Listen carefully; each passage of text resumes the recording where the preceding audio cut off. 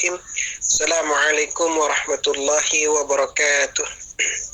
Waalaikumsalam warahmatullahi wabarakatuh. Innal hamdalillah nahmaduhu wa nasta'inuhu wa nastaghfiruh wa na'udzu billahi min sururi anfusina wa min sayyiati a'malina. May yahdihillahu fala mudilla lahu wa may yudlilhu fala hadiya lahu.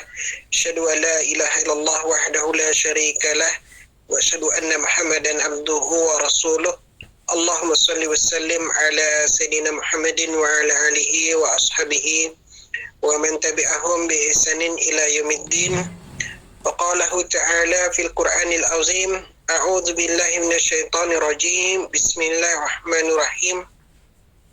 Ya ayuhan nasu taqu rabbakumul ladzi khalaqakum min nafsin wahidah wa khalaqa minha zawjaha wa batha minhuma rijalan katsiran wan nisaa wattaqullaha alladzi tasaaluna bihi wal arham innallaha kana 'alaikum raqiba. Ya ayyuhalladzina amanu ittaqullaha wa qulu qawlan sadida yuslih lakum a'malakum wa yaghfir lakum dhunubakum wa may yuti'illaha wa rasulahu faqad faza fawzan 'azima. Ya ayyuhalladzina amanu ittaqullaha haqqa tuqatih wa la tamutunna illa wa antum muslimun. Shadaqallahul azim. Amma ba'd. Alhamdulillah rabbil alamin. Segala puji hanya bagi Allah Subhanahu wa taala azza wa jalla. Alhamdulillah, pada kesempatan di malam hari ini, malam yang merupakan awal permulaan tahun 2023 ya, dan kita pun sudah memasuki hampir pertengahan bulan Jumadil Akhir ya, kira-kira tanggal 11 ya, Jumadil Akhir. Alhamdulillah, kita semua, anak dan jamaah semua bisa berkumpul dalam keadaan sehat walafiat.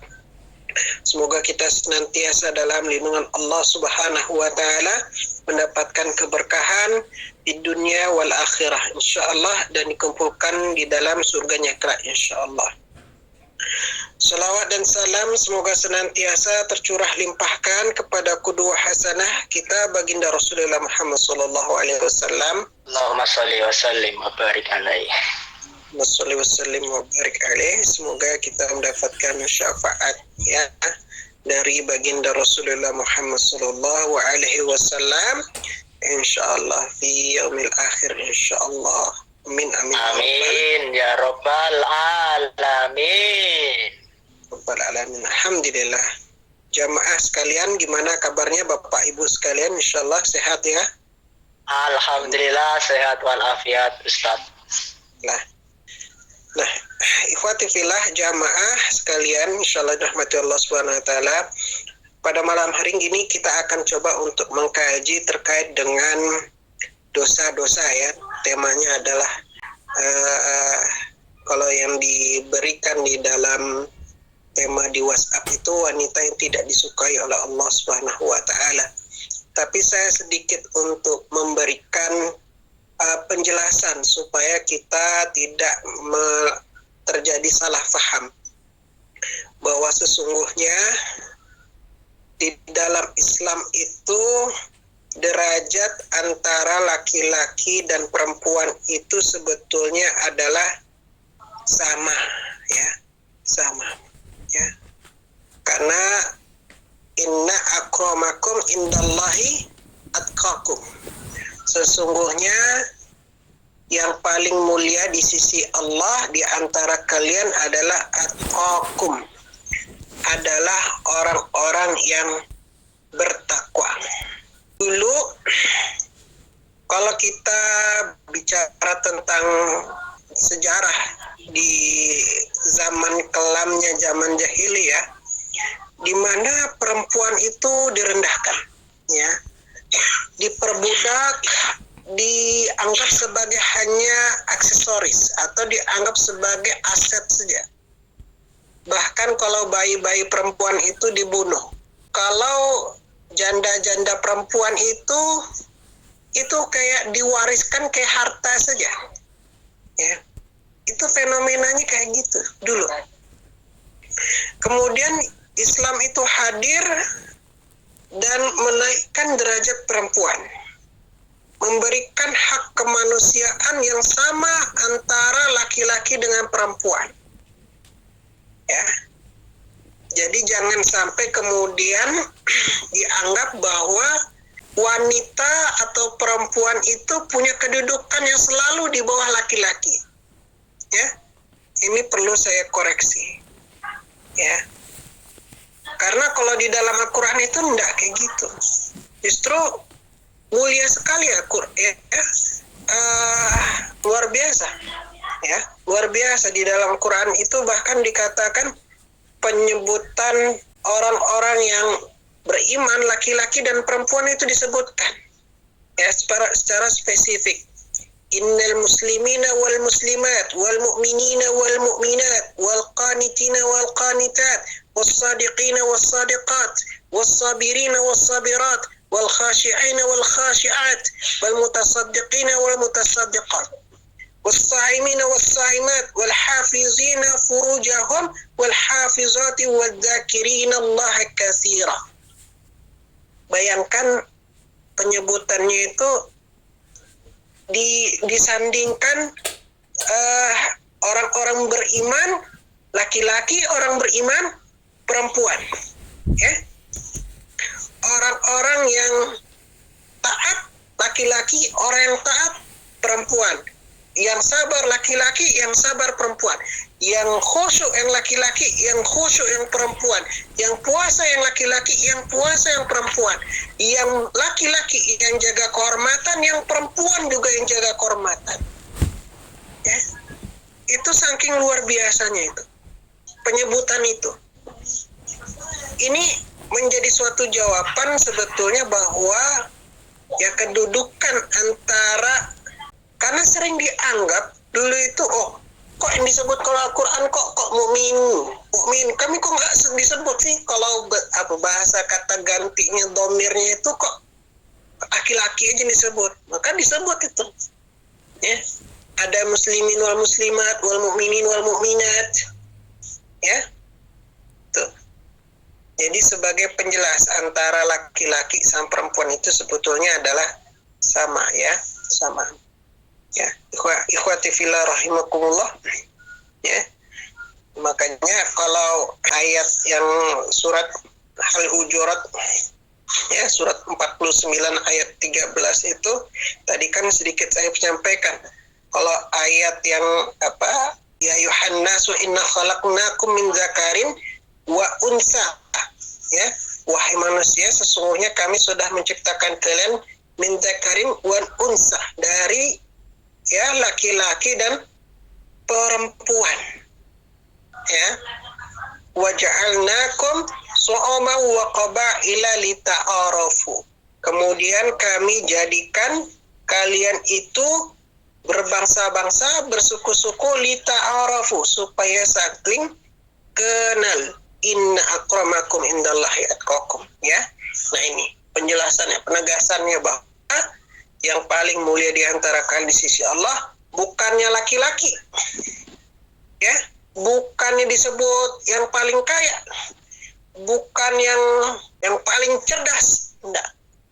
Tapi yang disebutlah adalah atqakum, yang paling takwa, yang paling takwa.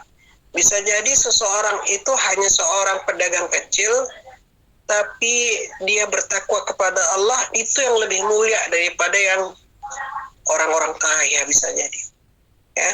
Tapi mungkin caranya tidak baik, ya. Nah, bisa jadi wanita yang solehah itu lebih mulia di antara misalnya bapak-bapak misalnya, bisa jadi, ya. Innallaha alimun khabir. Allah itu yang maha tahu saja, ya, yang maha khabir, yang maha teliti. Nanti yang diteliti, yang langsung meneliti Allah SWT. Maka jawabannya adalah Allah alam bisa. Makanya saya sedikit sekedar untuk mengklarifikasi, ya. bahwa sesungguhnya di dalam Islam ini yang mulia itu siapa, yang jadi jangan sampai berarti Allah nggak suka sama perempuan. Nah, jangan dibilang kayak gitu ya, enggak. Karena yang namanya manusia itu tempat salah dan khilaf. Perempuan bisa salah, tapi apakah laki-laki tidak bisa salah? Bisa salah, ya kan? Seorang istri bisa salah, apakah suami tidak bisa salah? Bisa salah nggak, Bu? Bisa salah kan? Jadi jangan sampai serasa seperti menyudutkan perempuan tema ini. Enggak, ya, saya tidak mau seperti itu. Jadi saya ingin lebih adil lah ya, lebih adil. Karena memang antara laki-laki dan perempuan dia punya tugas ya dalam menegakkan agama, dalam melakukan amar ma'ruf nahi munkar ya. Termasuk juga perempuan juga punya kewajiban dalam menegakkan kebenaran, dalam menegakkan keadilan, bagaimana mengokohkan akhlak yang mulia di masyarakat. Itu punya tugas dan tanggung jawab yang diberikan ya. Karena kalau kita itu menyudutkan perempuan secara tidak langsung, sebetulnya kita itu menyudutkan misalnya ibu kita sendiri, ibu mertua kita sendiri, istri kita sendiri, ya kan? Nah, itu yang saya tidak inginkan ya. Jadi jangan sampai hal yang sangat ironis ketika ada yang menganggap laki-laki punya derajat lebih tinggi dari perempuan. Nah, tuh. Jadi nantinya itu peran kehidupan jadi timpang sebelah ya. Laki-laki harus di ranah publik, perempuan hanya di rumah tangga saja. Enggak juga ya.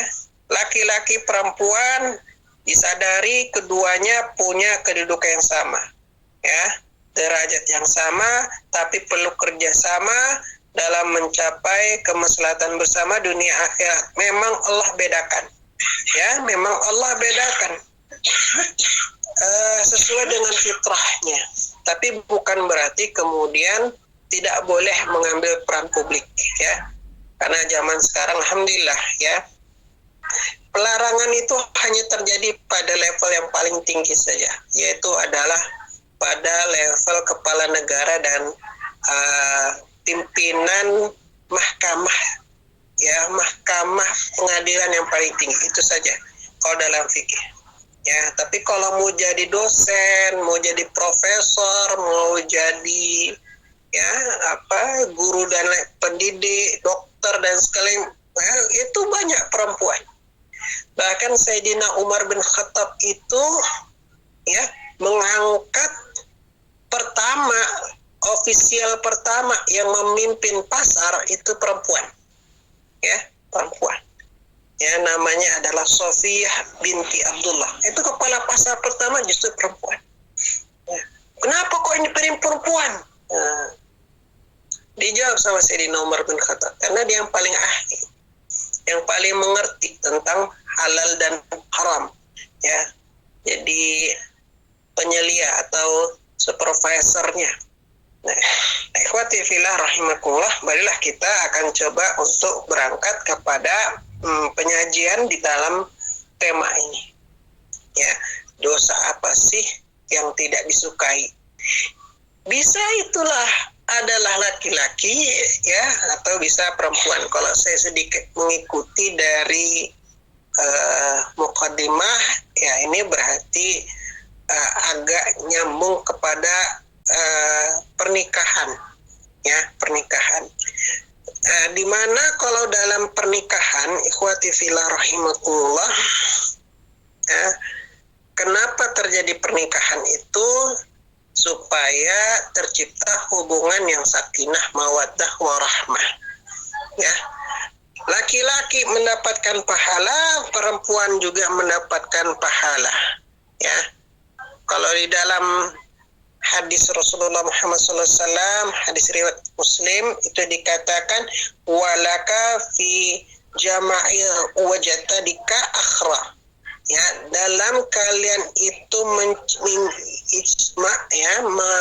mencampuri istri, itu kalian mendapatkan pahala, ya. Langsung para sahabat itu bertanya kepada Rasulullah Muhammad SAW, ya Rasulullah, ayati ahaduna syahwatahu yakunu lahu fiha ajrun. Ya Rasulullah, apakah salah seorang di antara kami yang mencampuri istrinya karena nafsu syahwat juga mendapatkan ajrun, mendapatkan pahala? Maka kata Rasulullah Muhammad SAW, qol ara'aitum law wada'aha fil haram akana alaihi fiha wizrun. Apakah bagaimana pendapat kalian kalau justru dilampiaskannya ke tempat yang diharamkan? Justru bukankah itu berdosa? Ya. Maka wa kadzalika idza wada'aha fil halal kana lahu fiha ajrun. Demikianlah kalau justru ditempatkan kepada hal yang halal, suami dan istri, maka ya fiha halal kana lahu fiha ajrun. Dia mendapatkan pahala, ya. Ya, jadi jamaah sekalian, antara suami istri itu, ya, itu diminta untuk harmonis. Senantiasa dalam rumah tangga itu ada candanya, ya, ada ya harmonisasi lah, cemburayunya, ya, menampakkan kelembutan antara laki dengan istri kepada suami kepada istrinya, ya, kadang kasih ciuman gitu, ya. Dan juga mungkin kalau istri itu banyak pekerjaan, dibantu menyelesaikan pekerjaan keperluannya, ya. Ikhwati fillah rahimakumullah, ya. Lalu macam apa sih Ustaz yang dibenci sama Allah Subhanahu wa Ta'ala? Laki-laki dibenci, bisa jadi perempuan juga dibenci, ya. Saya mencoba untuk lebih berlaku adil. Jangan sampai kemudian serasa menyebutkan wanita saja. Enggak, saya cukup berlaku adil, ya. Ikhwati fillah rahimakumullah, dalam rumah tangga ada namanya hak dan kewajiban, ya kan? Ada hak dan kewajiban. Suami punya hak dan punya kewajiban, istri juga punya hak dan punya kewajiban, ya. Apa kewajiban suami? Ar-rijalu qawwamuna 'alan nisa bima fadallahu ba'dhum 'ala ba'd wa bima anfaqu min amwalihim. Suami itu adalah rijal qawwam, yaitu adalah pemimpin bagi keluarganya, bagi istrinya, bagi anak-anaknya, karena Allah telah melebihkan kekuatan, ya, suami dibandingkan istri, ya. Secara global, secara umum, biasanya laki-laki punya kekuatan yang lebih, walaupun ada juga yang tidak, ya. Dan juga karena kewajiban, yaitu adalah memberikan, ya, sebagian daripada rezekinya. Ingat ya, ada kata min di situ, sebagian. Artinya sebetulnya kalau dalam Islam ini aturannya gini sebetulnya. Jadi kalau ada bilang gini, oh, harta suami, harta istri, harta istri, harta istri sendiri. Ya, ada yang kayak gitu ya, jemaah ya. Sebetulnya tidak tepat juga sebetulnya, ya, tidak tepat juga. Jadi kenapa? Jadi sebetulnya yang diberikan itu tidak semua harta suami itu harus ke istri. Nah, ya, karena kalau dalam Islam itu tidak kayak gitu sebetulnya. Jadi kewajiban memberikan sebagian daripada harta atau nafkah kepada istri. Karena jangan semua kemudian dikasih ke istri semua, ya. Ini aturannya kayak gitu, ya. Memang kenapa? Cobalah periksa, ya. Surat An-Nisa ayat 34. Surat keempat ayat 34. Karena ada suami itu punya kewajiban yang lain juga. Apa itu? Memberikan nafkah bukan hanya kepada istri, kepada siapa? Kepada orang tua kan? Ibu bapaknya juga kan? Ya, itu ibu bapaknya. Kasih bantuan juga bisa jadi ke mertua. Ya, jadi bukan hanya kepada istri. Atau kemudian uang itu diputar untuk dibisniskan, ya. Itu. Nah, sebagian memang diberikan kepada istri untuk dikelola ya, administrasi keuangan, tapi nggak semuanya. Karena repot juga kalau nggak megang duit bapak-bapak, ibu-ibu, ya. Pecah ban di jalan repot. Mau kayak mana itu, ya kan? Nah, kadang ada hal-hal yang memang aturan yang berlaku dalam masyarakat itu perlu kita teliti. Apakah itu sesuai dengan kebenarannya, betul atau tidak? Jadi kalau dibilang harta istri adalah harta suami, harta suami adalah harta istri adalah harta istri sendiri, ya bisa dikatakan ya bagus, tepat, tapi nggak terlalu tepat, ya. Gitu. Nah, jamaah sekalian, istri juga punya hak dan kewajiban, ya. Karena istri itu lebih dikenal sebagai adalah dia madrasatul ula, tempat pendidikan yang pertama dan utama dari seorang anak, ya. Makanya kemudian anak itu dilahirkan, disusui oleh istri dan kemudian dibesarkan. Tapi bukan berarti laki-laki lepas tanggung jawab, enggak. Wah, kewajibannya besar juga, ya. Hanya saja memang dalam hal mendidik anak dan mengurus rumah tangga itu memang lebih banyak kepada pembebanannya adalah kepada istri. Tapi jangan sampai salah, ini bukan berarti kemudian suami nggak punya kerjaan, enggak. Suami, ya, kewajibannya adalah mensupport istri, ya. Mengasuh anak juga adalah kewajiban daripada seorang ayah, ya. Ingat, ayah itu yang mempunyai kewajiban bagaimana anak itu dan keluarganya akan dibimbing, ya. Karena tadi dia adalah qawwamuna 'alan nisa, ya, pemimpin daripada istri dan juga anaknya. Nah, dan dia punya hak juga diperlakukan dengan baik, ya, harmonisasi dalam keluarga dan lain sebagainya, ya, termasuk diberikan ketenangan, kehidupan dan lain sebagainya. Termasuk juga adalah nafkah lahir dan batin, ya.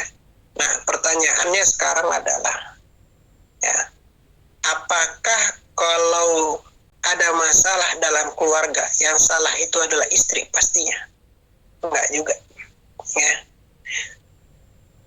Dua-duanya bisa jadi salah, ya. Oleh karena itu tidak boleh kemudian membebankan dosa itu hanya kepada istri, karena bisa jadi yang punya dosa adalah suami juga, ya. Nah, tujuan daripada berumah tangga itu adalah menciptakan tadi yang namanya keluarga yang sakinah, mawaddah, warahmah, ya. Nah, dalam bentuk apa? Dalam hubungan yang baik di antara mereka bersama, ya. Tuh. Termasuk tadi yang saya sampaikan, mencampuri istri itu juga adalah bagian daripada, ya, mendapatkan ajrun, mendapatkan pahala. Bahkan itu yang namanya pernikahan itu, jamaah, itu adalah bagian daripada ibadah, ya, ibadah, ya. Bahkan kalau berhubungan badan aja itu ada doanya, ya, ada doanya, ya. Ya. Luar biasa itu, ya, dalam Islam itu, ya. Kayak gitu aja ada aturannya, ya, ada doanya, ya, muttafaqun alaih, ya. Dan juga ada larangannya. Larangannya apa? Larangannya adalah menceritakan, ya, menceritakan apa yang terjadi, itu nggak boleh. Atau hanya sekedar merekam saja, ini jadi kenang-kenangan misalnya, boleh nggak hukumnya? nggak boleh, haram. Ya, merekam hubungan suami istri, walaupun suami istri itu nggak boleh, haram. Ya, tuh. Ya, inna min asyarin nas indallah manzilatan yaumal qiyamah rijalu yufdi'a ila marah wa tufdi ilahi summa yanshuru syirraha. Ya, sesungguhnya yang terburuk, ya, yang paling, ya, min asyarin nas, apa namanya, yang paling buruk, yang paling jelek manusia indallah, di sisi Allah pada hari kiamat nanti adalah siapa? Yaitu adalah ar-rijal yufdi ilal marah wa tufdi ilahi summa yanshuru syirraha. Laki-laki yang mengetahui rahasia istrinya.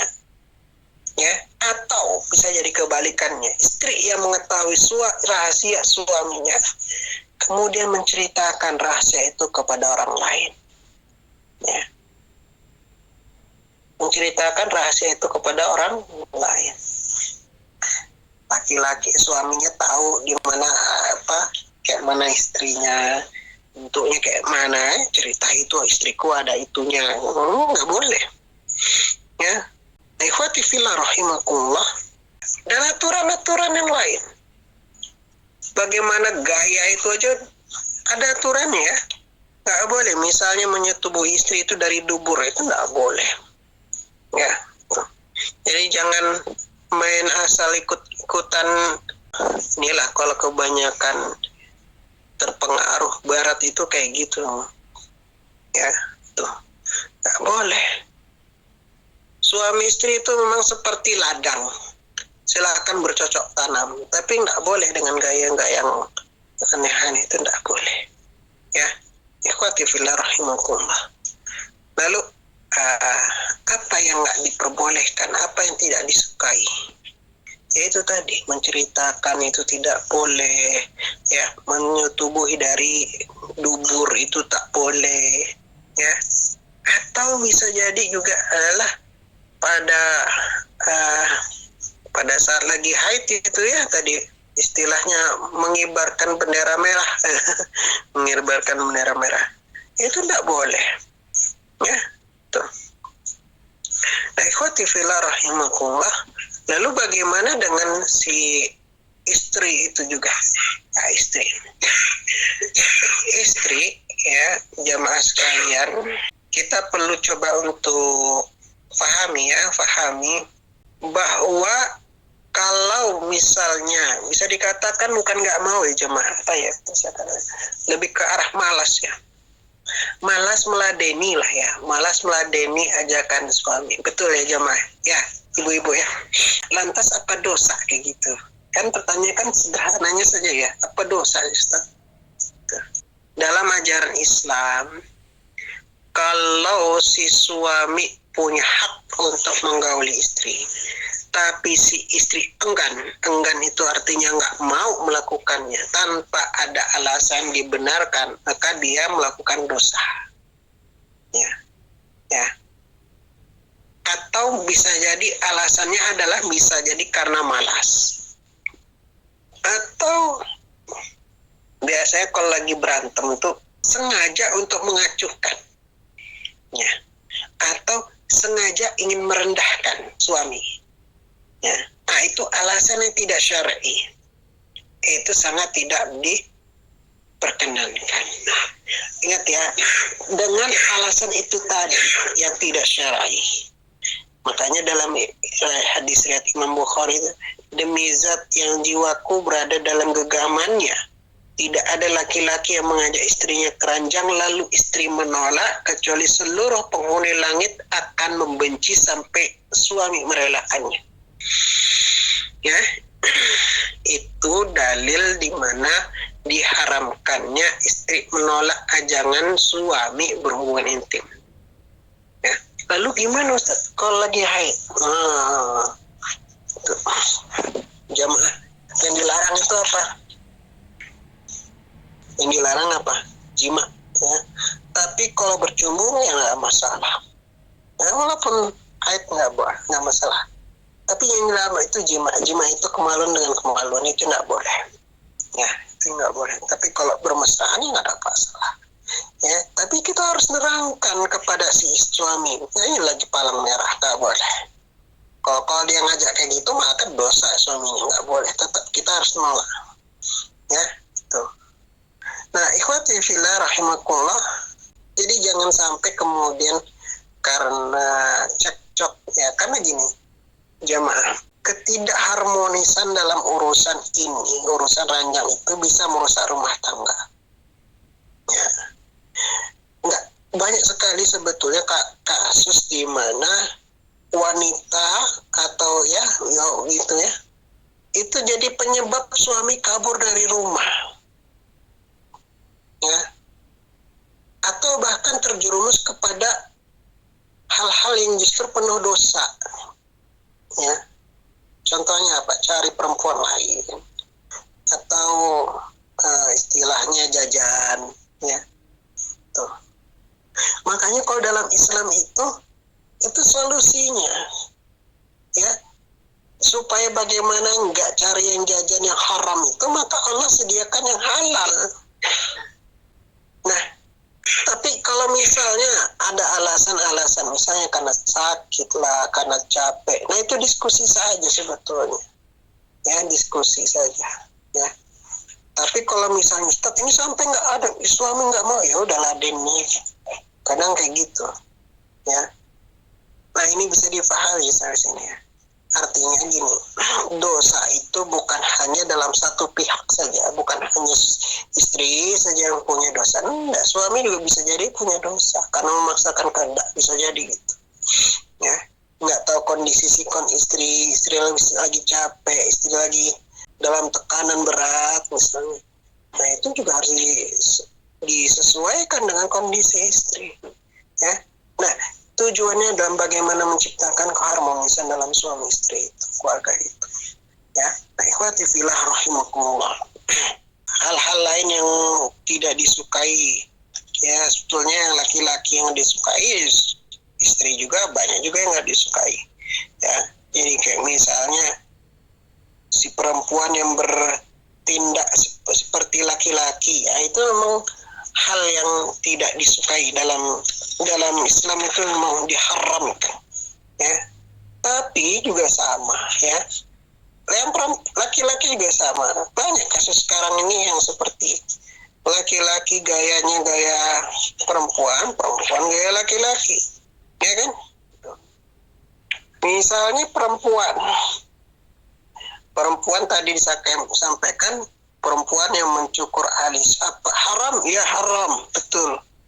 Tapi juga banyak juga laki-laki gaya perempuan, rambutnya seperti rambut perempuan, panjang-panjang, ya, panjangnya bukan kayak panjang kayak cewek kayak gitu, ya. Sering masuk ke salon krimbatnya kayak perempuan, itu nggak boleh. Gaya-gaya kayak gitu nggak boleh. Gaya jalan kayak perempuan, ya, artinya sama saja jamaah, ya, seperti itu. Atau misalnya ya, makanya banyak kasus sekarang ini LGBT, ya. Kalau di Eropa sekarang, ya, di Taiwan sekarang juga sama, ya, kasus LGBT itu. Oke. Makanya satu hal yang menjadi kekhawatiran masyarakat Taiwan itu adalah semakin menurunnya populasi, ya. Salah satunya ini juga, ya, salah satu alasannya adalah LGBT yang sangat banyak, ya, marak, dan juga orang-orang pada nggak mau nikah, ya. Nah, itu dia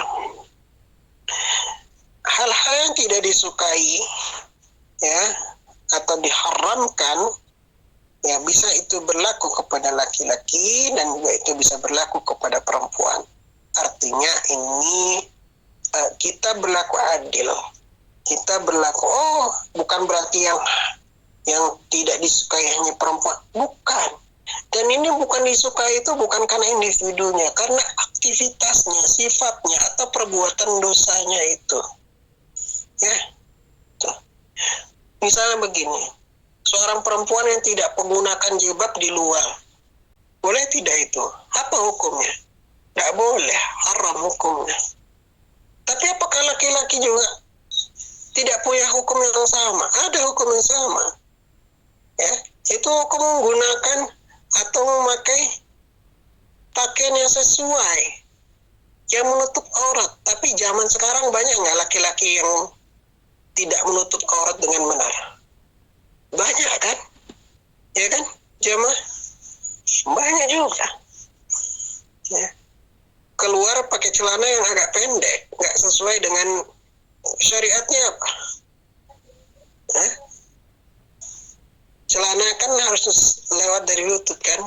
Zaman sekarang, padahal itu merasa kayak orang-orang kaya, ya, bawa mobil-mobil yang mahal-mahal, Pajero Sport, Fortuner, itu celananya pendek-pendek. Ya, jangankan begitu, yang ngerasa udah kayak akademisi ya, masih aja kayak gitu, pakai celana pendek. Artinya apa? Ya laki-laki juga ada masalah dalam hal menutup aurat. Apa itu tidak dibenci? Dibenci juga. Ya. Nah, ikhwati fillah rahimakumullah. Nah, ikhwati fillah, maka secara garis besar adalah hal-hal yang tidak disukai oleh Allah Subhanahu wa taala, baik laki-laki atau perempuan, ya, maka ini harus kita hindari. Makanya yang penting sekarang lah meningkatkan ketakwaan. Apa itu takwa? Imtisarul awamir wa istinaba'u an-nawahi, menjalankan semua perintahnya, menjauhi segala larangannya. Ya, bagi laki-laki kewajibannya sholat, puasa dan lain sebagainya dalam rumah tangga dijalankan. Perempuan juga begitu, sholat, puasa dan hal-hal yang menjadi kewajiban juga dilaksanakan. Ya, apa yang menjadi larangannya? Larangan berzina. Laki-laki dan perempuan juga dikenakan hal yang sama. Allah alam bisawab. Ya, mungkin itu saja yang bisa disampaikan pada kesempatan di malam hari ini. Untuk materinya kita bisa lanjut dengan tanya jawab. Usikum wa nafsi bitaqallah. Billahi taufiq wa hidayah. Assalamualaikum warahmatullahi wabarakatuh. Waalaikumsalam warahmatullahi wabarakatuh. Terkait dengan tema tadi, agak horor ini pertanyaannya. Ya, biasa horor-horor. Kan istri adalah ladang bagi suaminya. Selain dari dubur itu, apakah oral itu hukumnya gimana, Pak? Secara oral. Dari saya, terima kasih. Assalamualaikum warahmatullahi wabarakatuh. Waalaikumsalam warahmatullahi wabarakatuh. Ya, apa hukum oral seks? Ya. Langsung jawab ya, Pak.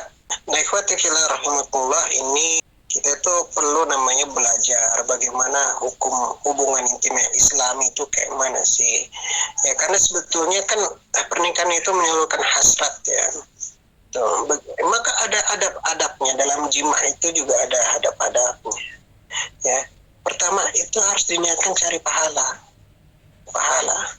Ya, maka tadi dikatakan ya, ayat ya haduna syahwatahu yakanu lahu ihajrun, ya, qal ra'aitum law wadu'aha fi haram akan alaihi fiha, ya, wizrun wa kadzalika idza wadu'aha fil halal kana lahu ajrun, gitu.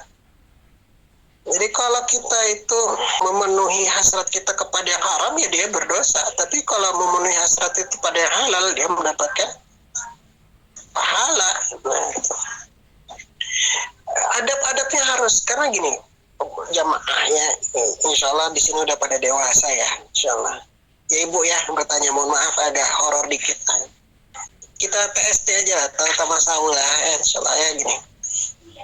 Makanya Nabi itu nganjurin begini ketika hukum jima itu, cumbu rayu dulu, nggak langsung, ya pada bahasa istilahnya pemanasan dulu lah gitu ya, pemanasan dulu ya Bapak ya. Pemanasan dulu ya, tuh, jangan langsung sosor, yang nggak boleh, baca doa dulu ya. Itu bismillah Allahumma jinni bisyaitan ma razaqtana, gitu doanya ya. Tuh. Nah, Di dalam surah Al-Baqarah itu dikatakan begini, nisa'ukum harasul lakum fa'atu harastukum anna syi'tum, kan gitu. Ya, itu beberapa ayat sebelum Al-Baqarah ya, Al-Baqarah lupa. Ya, istri-istri kalian itu tempat untuk bercocok tanam. Maka datangilah tanah tempat cocok tanam itu yang kalian anna syi'tum. Nah, namanya tempat cocok tanam itu artinya apa? Menanam di kemaluannya tempat mani bersemai untuk dapat apa? Keturunan, ya kan? Untuk dapat keturunan. Kalau berarti nanamnya itu di mana? Dari depan apa belakang? Hah? Belakang itu bukan ladang, berarti ya. Yang namanya ladang itu, belakang itu bukan ladang. Mulut itu apa ladang itu? Bukan. Cocok tanam. Cocok tanam supaya ini tumbuh keturunan, kan gitu. Ya. Di mulut itu apa cocok tanam itu? Bukan. Ya. Bahasa Al-Quran itu kan indah ya jemaah ya. Ya. Mengkiaskan dengan istilah cocok tanam. Ya kan? Datangi tempat yang kalian ingin cocok tanam itu, tapi yang namanya cocok tanam itu nggak bisa dengan gaya dari belakang, ya, atau kemudian gaya dari mulut. Itu nggak boleh, tak boleh. Hukumnya haram. Dari dubur nggak boleh, dari mulut juga nggak boleh. Makanya haram hukumnya, ya. Terlaknat orang yang menyetubuhi istrinya dari duburnya, itu ada hadisnya itu. Terlarang itu artinya larangan, ya itu. Ya. Dari mulut sama, menjijikkan, ya, menjijikkan mulut itu. Ngerti nggak? Ya, menjijikkan. Jadi kalau ada ibu-ibu diminta kayak gitu sama suami, nggak boleh. Itu bukan cocok tanam itu. Nggak boleh. Hukumnya ya, paham ya? Dalam Islam hukumnya tak boleh. Ya, bahasa Al-Quran itu cantik sekali. Cocok tanam. Cocok tanam itu sesuatu yang dituaikan semai benih, numbuh. Nah, itu. Ya. Jadi kalau dari belakang itu bukan cocok tanam, di mulut bukan cocok tanam. Ngerti ya? Nah, itu bahasa cocok tanam itu. Ada tempatnya sendiri. Nah, itu tempatnya itu. Satu lubang itu. Nah, itu. Ya. Demikian. Allah a'lam bishawab. Nah, itu boleh gayanya itu gimana? Itu kok kok maknanya itu apa? Ya. Maknanya itu apa sih, Ustaz? Ya. An-nasyi'tum itu terserah kalian menghendaki itu gimana? Nah, itu masalahnya gaya aja. Ya. Ngerti? Gaya. Perempuan di atas, laki-laki di bawah, misalnya. Atau misalnya kepalanya istri di kaki suami atau bagaimana. Ya itu gaya aja, tapi bukan tempat yang berbeda. Ya. Stylenya aja yang beda. Ya sama itu. Ngerti? Jangan. Bukan berarti tempatnya boleh di mana aja, di dubur, di mulut, nggak boleh. Ya. Stylenya aja, gayanya. Ya. Ngerti nggak? Ngerti ya? Paham ya? Demikian. Allah a'lam bishawab. Bertanya masalah ya, perempuan tadi yang KB nih, Bapak. Kalau yang kan takut punya anak, maksudnya waktu itu kan anak sudah 4, terus akhirnya saya putuskan semua KB itu sudah saya coba semua. Terus akhirnya yang terakhir itu KB steril. Steril itu kan di operasi kecil yang di itu loh, Bapak. Terus sampai sekarang kan belum dilepas. Apakah itu haram atau tidak, Bapak? Kalau nggak dilepas, maksudnya kan saya nggak tahu ini operasi ini apa gitu loh. Itu apa dipasang apa, saya nggak tahu. Apakah harus dilepas lagi atau gimana gitu. Karena posisi saya sekarang sudah tidak bersuami, jadi pengen dilepas itu. Kalau seandainya nggak dilepas bagaimana, kalau dilepas bagaimana itu, Bapak? Mohon penjelasannya, dan atas jawabannya saya ucapkan terima kasih. Lepas aja, Bu. Tapi untuk di sini bisa apa enggak ya, kalau di Taiwan gitu loh? Mungkin ada informasi dari teman-teman yang tahu di mana, apakah harus dioperasi apa gimana gitu. Ya paling nanti kembalinya kalau sudah ke Indonesia mungkin baru bisa gitu loh Bapak. Kalau di sini itu mempengaruhi ibadah apa tidak gitu, maksudnya ibadah kita mempengaruhi apa tidak gitu loh Pak. Itu saja, mohon jawabannya. Terima kasih. Wassalamualaikum warahmatullahi wabarakatuh. Waalaikumsalam warahmatullahi wabarakatuh. Ya, apa hukumnya KB ya membatasi kelahiran ya, keluarga berencana? Pahami, semua rezeki itu di tangan Allah ya. Semua rezeki itu di tangan Allah Subhanahu wa taala. Ya. Makanya ada apa namanya? Wa min dabbati fil ardi illa 'ala Allahi rizquha. Apapun yang ada di muka bumi ini sudah dikasih rezeki sama Allah, rezekinya. Dan kita perlu memahami niatnya itu apa. Ya, niatnya itu apa? Kalau niatnya adalah, jadi ada dua hal, ya. Yang pertama adalah mengatur kelahiran. Mengatur kelahiran. Atau yang kedua adalah enggak pengen sama sekali punya anak. Itu dua hal yang niatnya bersama apa beda itu coba? Sama apa beda? Gua nggak pengen benar-benar punya anak. Itu yang terjadi zaman saat ini, terutama di Cina, Taiwan, Jepang, Korea. Banyak yang nggak pengen punya anak. Ya, penggantinya apa? Dogi ya, dogi. Banyak punya anjing jadi kayak jadi anak gitu ya. Jangan sekarang kayak gitu. Ya. Nikah udah umur tua. Kebanyakan perempuan Taiwan nikah umur 30-an. 30-an, 33 ya. Ada yang sampai 35 baru nikah. Laki-laki ya nikah umur 35 sampai 40. Ya. Kira-kira kalau nikah itu bisa dapat berapa anak itu? Kalau bener nikah dapatnya berapa anak biasanya? Umur sekian sampai berapa ya? Usia produktif itu 45 lah ya. Kira-kira berapa? Nah, udah biasanya aja. Umumnya di Taiwan berapa? Ibu yang lihat di Taiwan. Paling 2, mentok 2 ya. Banyak 1 ya. Banyak 1. Orang Taiwan anak lahir yang saat ini, ibu ngikutin nggak apa? Kira-kira aja, kira-kira. Yang lahir itu banyak perempuan apa laki-laki? Jadi memang secara statistik Taiwan ini sedang tidak balance. Pertama, kelahirannya sedikit, laki 1 atau 2 ya, jarang mau nikah. Ya, nikah pun udah tua, umur 30-an kalau perempuan, 35 kalau laki-laki, artinya kayak sudah harus mapan dulu baru nikah. Ketika lahir, kebanyakan yang lahir itu lebih banyak perempuan. Sehingga nanti ini akan jadi bencana demografisnya Taiwan nanti. Ya, kenapa? Lahir anaknya sedikit, lebih banyak perempuan. Oke.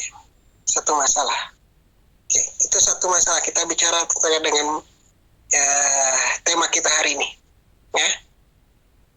Kalau yang namanya mengatur kelahiran, karena ada gini jamaah ya, perempuan yang subur betul. Ya. Ibarat, tahu nggak kucing, emak kucing, nggak kucing. Ya, ini kucing itu kalau sekali lahiran berapa? Sekali lahiran. Nah, selang udah lahiran, anaknya udah gede, hamil lagi. Ya nggak? Pernah lihat induk kucing perempuan yang hamil lagi?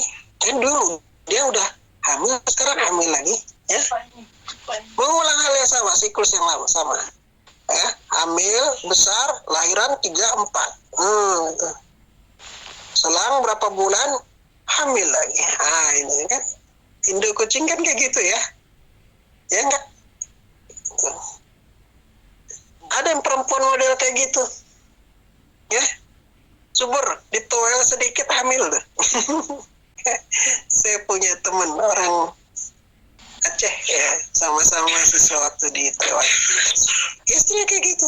Waduh, udah 5 anaknya. Made in Taiwan. Ditoel jadi itu. Bahasanya ditoel jadi ya. Nah itu model kayak gitu namanya mengatur kelahiran. Boleh ya, diatur kelahiran. Nah yang nggak diperbolehkan itu adalah sama sekali nggak pengen punya anak karena takut miskin dan lain sebagainya, maka itu yang dilarang. Ayatnya apa? Ya, surat Al-An'am ayat 151 ataupun surat Al-Isra ayat 31. Ya. Allah katakan wala taqtulu auladakum min imlaq nahnu narzuqukum wa iyyahum. Jangan kamu bunuh anak-anakmu karena takut miskin. Kami yang memberikan rezeki kepadamu dan juga kepada mereka. Ya. Al-Isra ayat 31 mirip juga kayak gitu. Wala taqtulu auladakum khasyata imlaq. Nahnu narzuqukum wa iyyakum inna qatalhum kana khit'am kabira. Jangan kalian bunuh anak-anak kalian karena takut miskin. Kami yang kasih rezeki mereka dan kepadamu.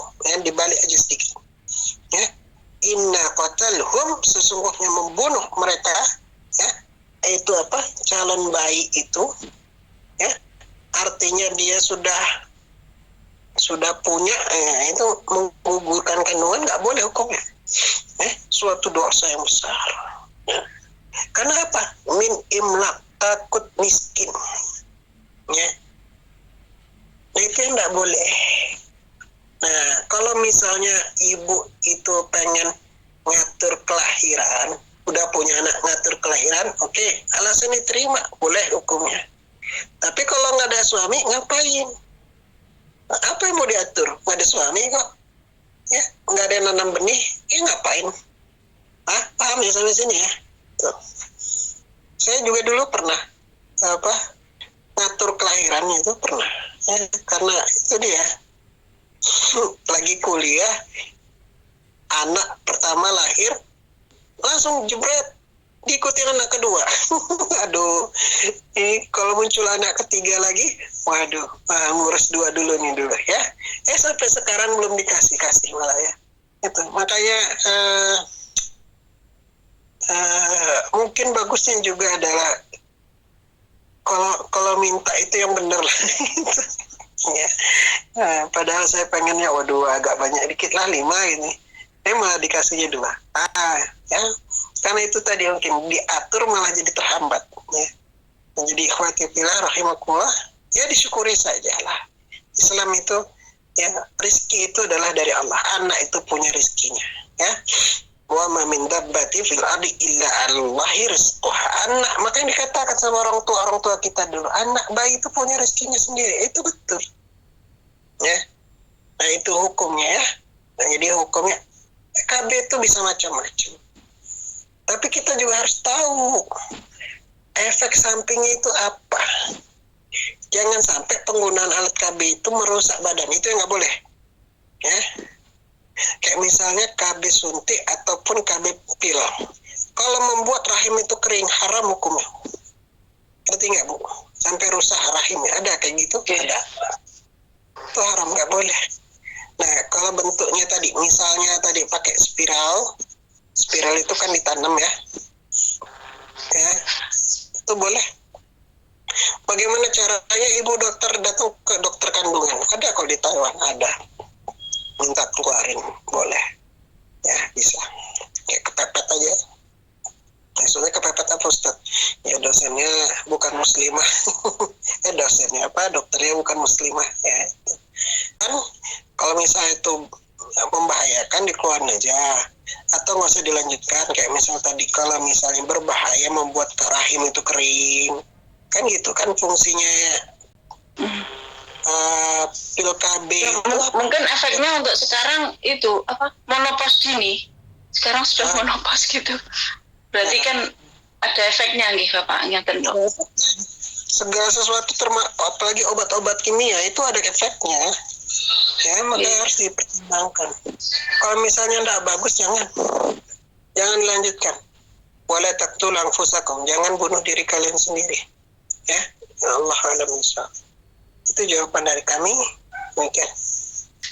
Baiklah, marilah kita akhiri perjumpaan kita dengan berdoa. Kita awali membacakan istighfar. Astagfirullahaladzim, Astagfirullahaladzim, astagfirullahaladzim, astagfirullahaladzim.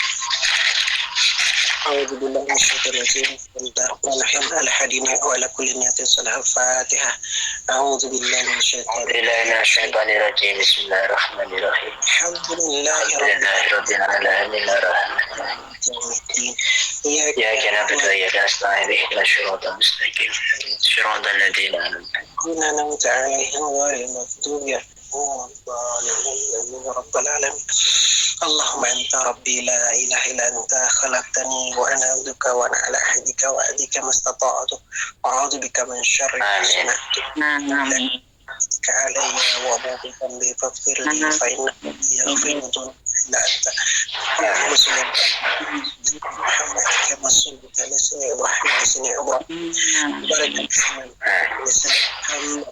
كما باركت على سيدنا إبراهيم وعلى سيدنا إبراهيم الحمد لله رب العالمين حمدا وعافيا معه ويكافئ مزيده ربنا لك الحمد كما ينبغي لجلال وجهك وعظيم سلطانك اللهم إنك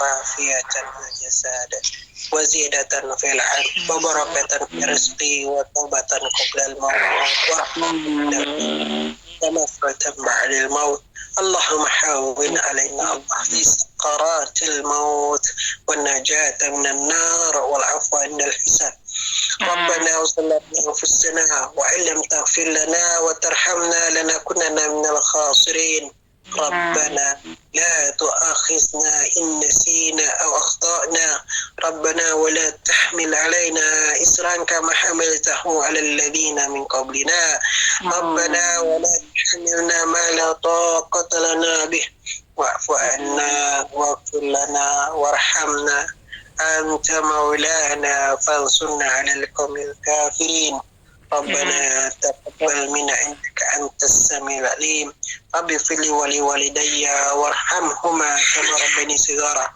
ربنا آتنا في الدنيا حسنة وفي الآخرة حسنة وقنا عذاب النار سبحان ربك رب العزة عما يصفون وسلام على المرسلين والحمد لله رب العالمين الفاتحة أعوذ بالله من الشيطان الرجيم بسم الله الرحمن الرحيم الحمد لله رب العالمين الرحمن الرحيم مالك يوم الدين إياك نعبد وإياك نستعين اهدنا الصراط المستقيم صراط الذين أنعمت عليهم غير المغضوب عليهم ولا الضالين آمين آمين آمين يا رب العالمين ونستغفر الله وآخر دعواني أن الحمد لله رب العالمين السلام عليكم ورحمة الله وبركاته